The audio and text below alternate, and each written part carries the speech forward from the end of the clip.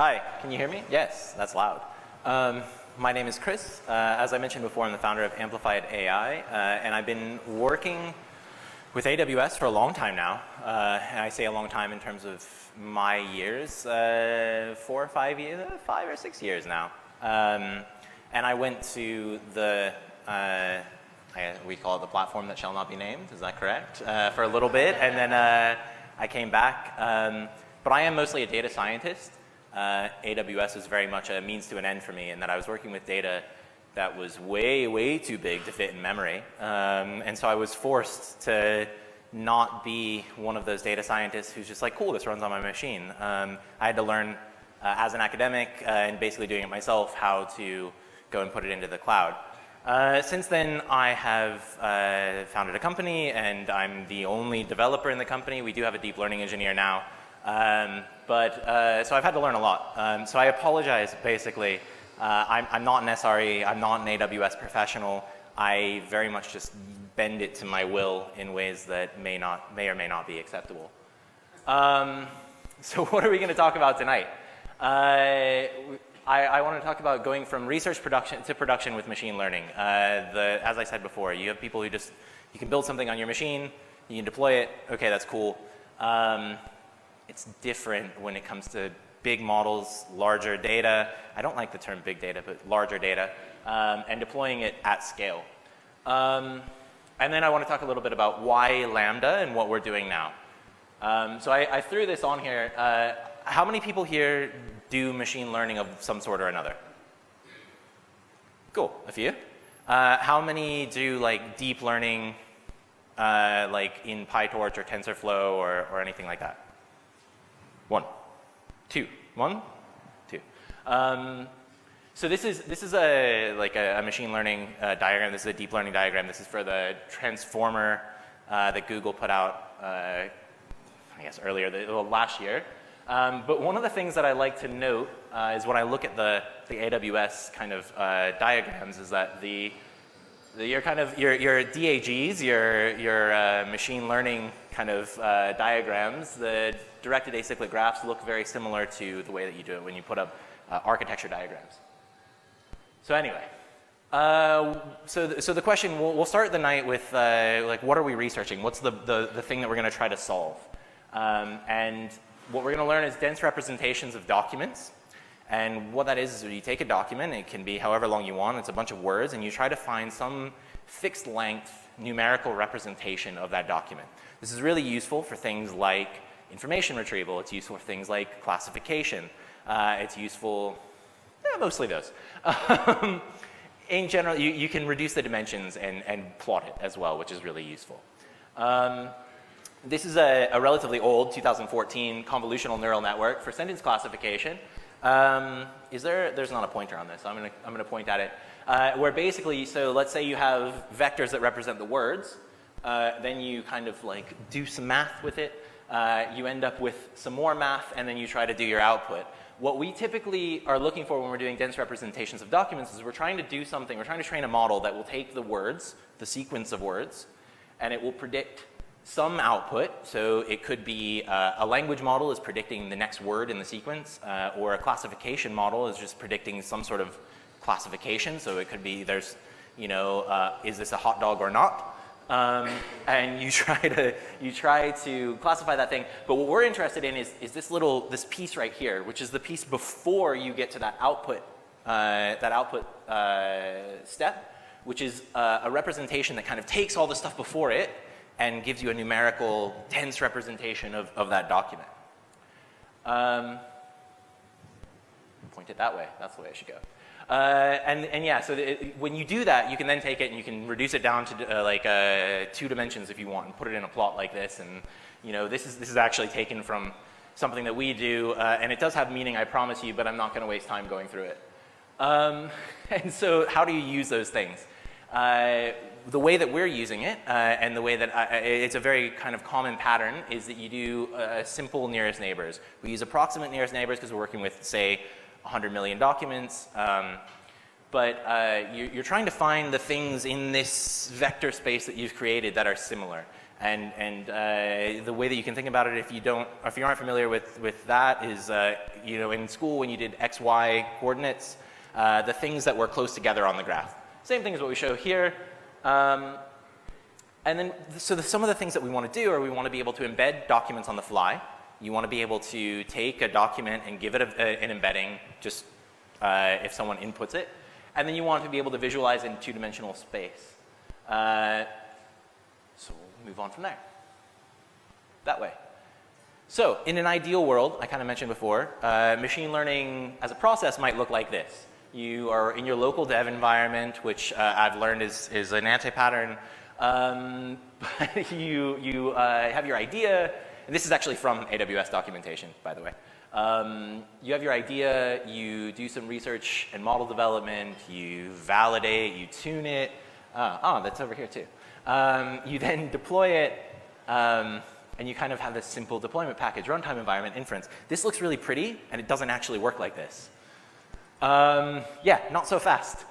Today, actually, there was news that someone was able to train ImageNet, which is one of the like big deals in image classification, in 2.5 minutes on 512 GPUs on AWS, which is awesome.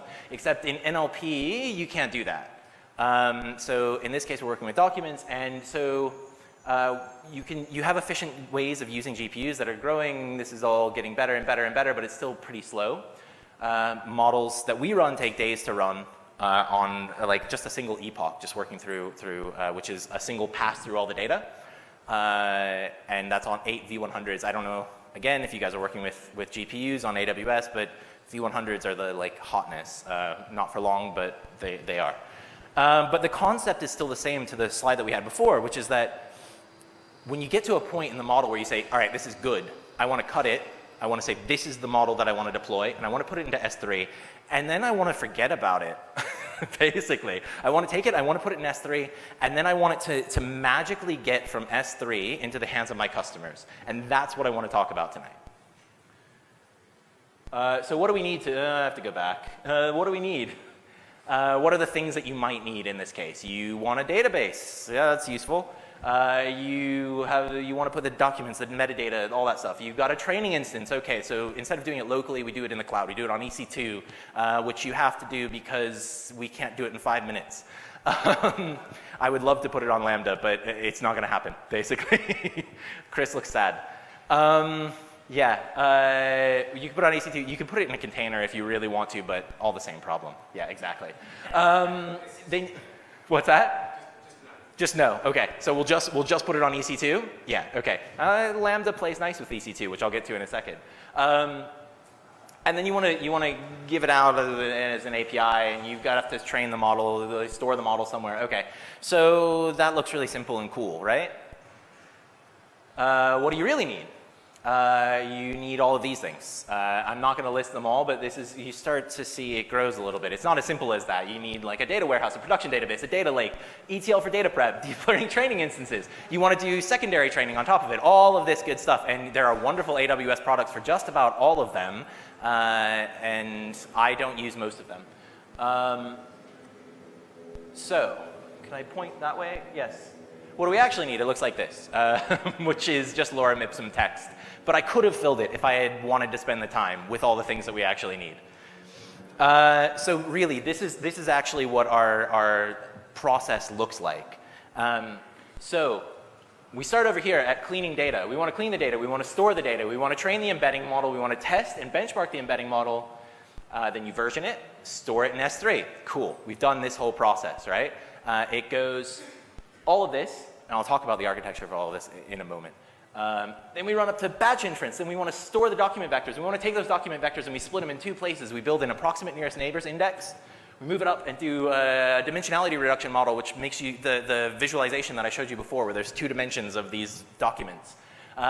You run through and you've got this versioning, storing, deploying, publishing, all this good stuff. I don't expect you to understand all of it, and if you do, then I don't know. So the question is, why do we do this? Why do we want to use Lambda for this? Sorry? No? Okay, cool. Why do we want to use Lambda for this? There's a whole lot going on there. And the question is, why not use Ansible, CloudFormation, Code Builder, various other tools that Amazon has? Why not use Jenkins? Why not use Airflow? Does anybody here use Airflow? Yeah. Do you like Airflow? Yeah? Do you use Airflow with a bunch of different EC2 instances? Do you use it with Kubernetes? Just one. So it's, as in that's the center and then it talks to other ones? So everything's just happening on the one instance. Cool. Yeah, exactly. So the answer is Lambda is really awesome, and you shouldn't get rid of the other tools that you have. The other tools that you have might be necessary, and I'm only just getting into a point where Lambda can replace all of them. And I'll show you that as we go through here. So why Lambda? And this is what I'm really interested in. Let's go through each of these and talk about these different steps and what we're able to do. So the first part is the cleaning and storing data. ETL is not the first thing that comes to mind, I think, when you talk about Lambda. But when you have something like we have, where we have a data warehouse that's provided by a third party, it's updated regularly by a third party because XML is horrible and I never want to touch it ever again. You can use Lambda so that you're not spending anything except when you do your effectively cron jobs, right? So Lambda is really great, and depending on the size of the job, I can have it running in parallel. I can have a single, like a couple of things in the worker pool. I can have 1,000 Lambda not containers, firecracker. What do we call them? What's the right word for instances? They're not instances. But up to 1,000, right? 1,000 is the max. Is that on the professional exam? It's 1,000, the parallelism that you can run, basically. And I'll show you a little bit of that in a little bit more detail, because that's one of the things that we've actually worked out, is how to do this ETL pipeline. You then train it in the embedding model, and unfortunately, that's not going to happen in Lambda. You don't have GPUs. We're doing actual deep learning. We need these V100s. We do this on EC2. Okay, and the real key here is that that's where someone as a deep learning engineer wants to look at the model that they're working on here. It's taking days to run. They want to stop it at a certain point and say, okay, I'm going to now take this model and I want to move it into production. And that's where I want Lambda to take over. So Lambda can do the testing and benchmarking. We have it automated in EC2 at the minute, the versioning. We store the embedded model in S3. And now this is where the fun starts, is that you can use the variety of different triggers that Lambda can pick up, and you can start to thread them together. Okay, so putting this model in S3, I've got a Lambda that picks that up and says, okay, time to start. And when I'm doing that, I have a lot of power in that Lambda gives me the ability to write things in as many different languages as I want. I can pull the libraries from, I can say, all right, Java is really good here because they have a really good library for this. Go is really good here, so they have a really good library for this. Python is really good here, they have a really good library for this. And I can thread those together for each of the different steps that I've got. So I'm just keeping an eye on time. Cool. So everything from here over, I want Lambda to handle in some way, shape, or form. It doesn't actually have to happen in Lambda, because you can use like Botto as a Python. Cool. You can use Botto as within a Lambda function to provision an EC2 instance, run some stuff, and then shut it down if you want to. And we are doing a little bit of that as well. But basically, we get to the point where we do the batch inference, and that's fun. When you have a machine learning model, you can deploy it out to a Lambda function, and you can run it across all that data that you cleaned earlier. You can run it through, we're using Kinesis. You can run it through Kinesis, put it all into this streaming queue, and just process it, and dump it out and store it into S3 or into RDS. Then you build this approximate nearest neighbors index. The document vector is split off. There's another model that's trained. That model is actually small enough that it can train within a Lambda container, Lambda instance, Lambda within a Lambda. You do this batch inference, which again, Lambda is beautiful for batch inference, and store that, pass it along back to S3 or to your database, RDS. So we version it, store the index in S3, and when that happens, again, a nice little trigger, right? So this has been stored in S3, and Lambda says, ah, cool, there's a new thing, and I want to take that and I want to deploy it. And we deploy the embedding API. In our case, we're lucky enough that we don't need GPUs for inference in real time on that front.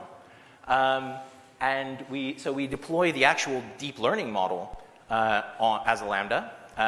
It's just under the 3 GB limit. So it's good. If it gets any bigger, we're going to have some trouble and have to make it a little bit more complex. And we deploy the approximate nearest neighbors API. And this is a case where that's way too big to go on a Lambda. It's like 15 gigs.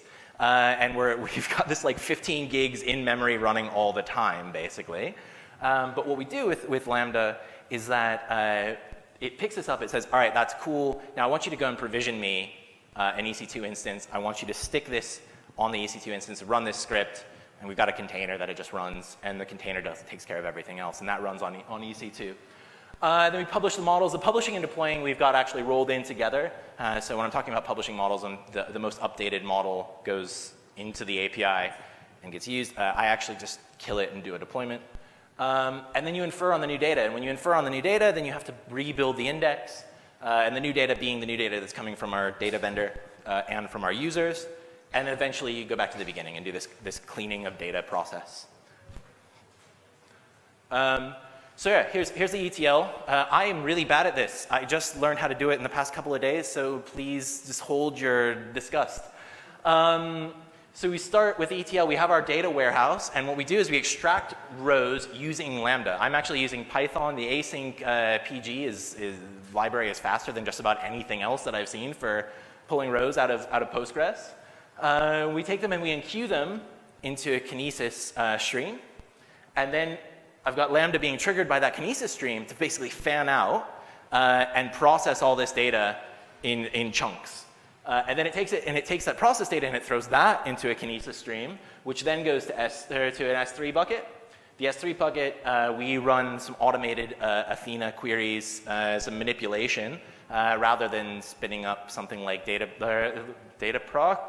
I'm not allowed to say that. Sorry, EMR, which is the same thing from the correct cloud provider. But basically, I used to spin up EMR all the time, then Dataproc, but now EMR again. But Athena makes that a lot easier, basically to SQL queries on S3, and passes that along to an RDS instance, which has our updated data, which when we can do machine learning on, we can grab things from this RDS instance.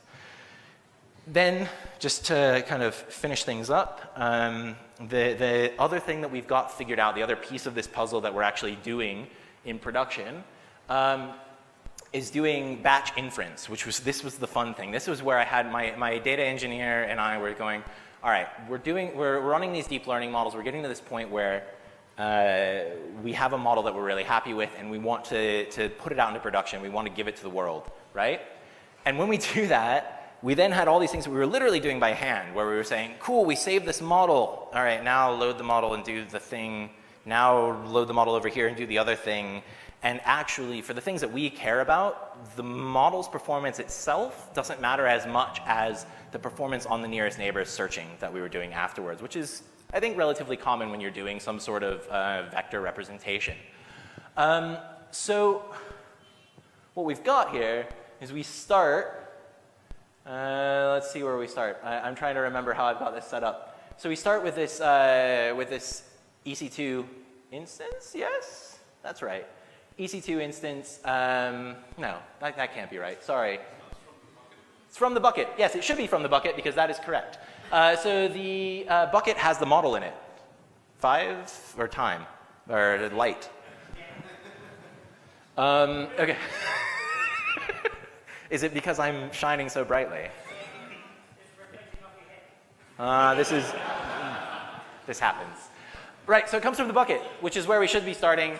The bucket is where the model is that we've put in. And that model then goes to Lambda, which does what I described earlier, which is the batch processing. So it gets spun out into all of this.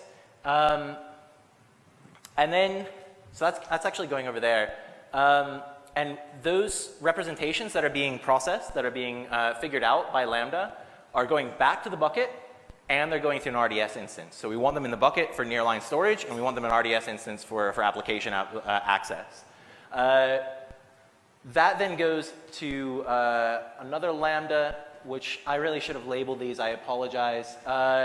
Another Lambda which runs, which kicks off an EC2 instance, which trains our approximate nearest neighbors index and brings that back into the bucket, which for the process that I mentioned before, as well as going up to this Lambda over here, which does the dimensionality reduction, and that goes into RDS as well as back into the bucket. So yeah, and again, I'm really bad at these. I apologize, and I need to learn to label them.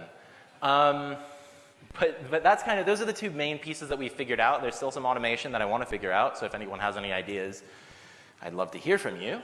But with that, I would love to field some questions. Anyone have any questions?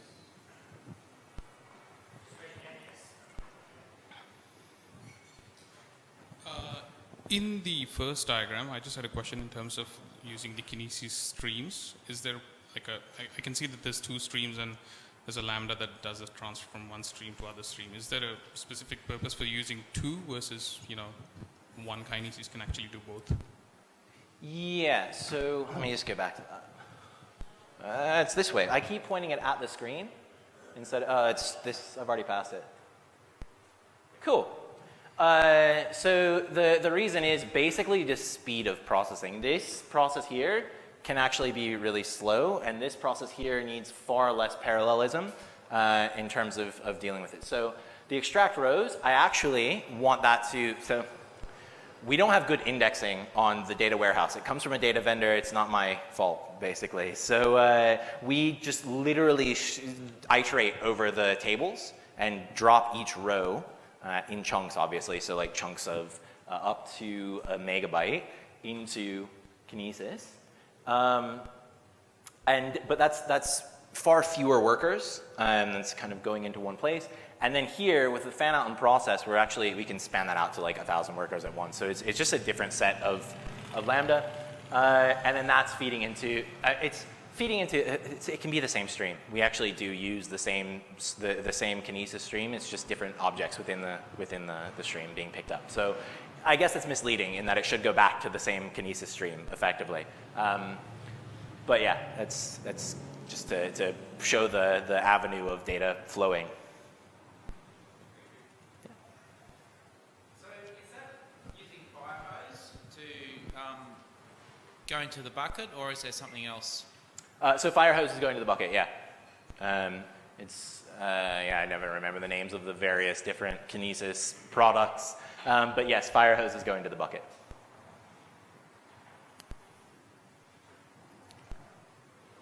Anybody else? All right, huge round of applause for Chris. Great talk.